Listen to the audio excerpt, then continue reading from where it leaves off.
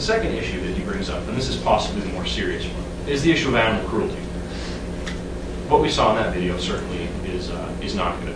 I don't think any of us in this room like the idea that our commercial meat farming has anything, is part of this cruelty that happens to animals. That's not a good thing. And he says, rightfully so, that ethical people choose mercy. I agree with this. However, there are all kinds of ways to choose mercy.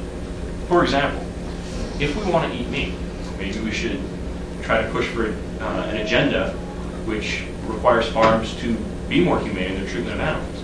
Instead of trying to just eradicate the meat industry, we could also choose mercy by trying to push for policies, push for politicians, and push for corporate governance that requires businesses not to do these horrible things to their animals.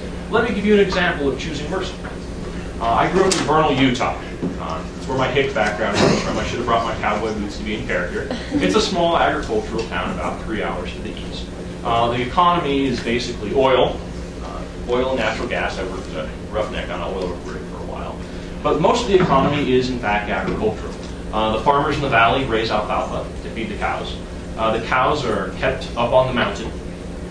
There's a lot of national forests up there. They're kept free range up on the mountains, and the hay is dumped there for them to eat during the winter.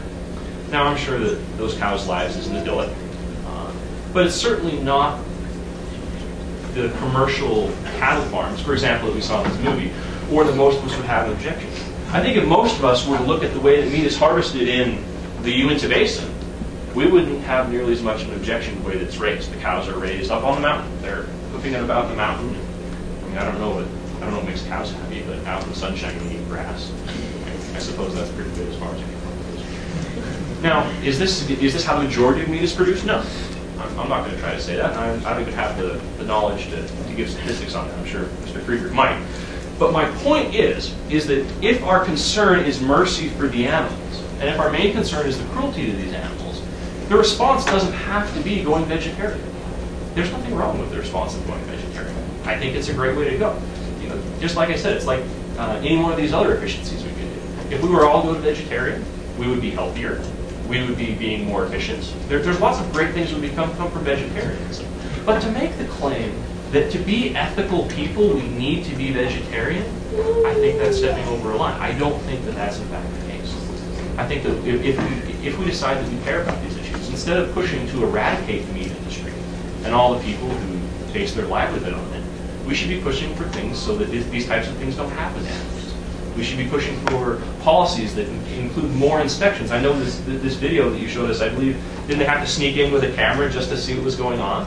The thing is, and the idea of glass walls. The thing is that our meat is not being produced in a transparent manner. We can go back to Upton Sinclair's Jungle and see that, well, maybe things haven't changed all that much. But the point is, we don't have to all go vegetarian or all eradicate the meat industry to choose mercy. Moving on to a few points of my own. There's a concept that we use in rhetoric and argumentation called a bright line. The principle of the bright line is you try to avoid a slippery slope, and that when you make an argument, that argument needs to have some way of being bounded to say, this is where that definition stops. Let me give you an example of what I'm talking about. The idea presented here when we talk about waste is the idea that if we're wasting needlessly, then it's immoral. But where do we draw the line between a need and a want?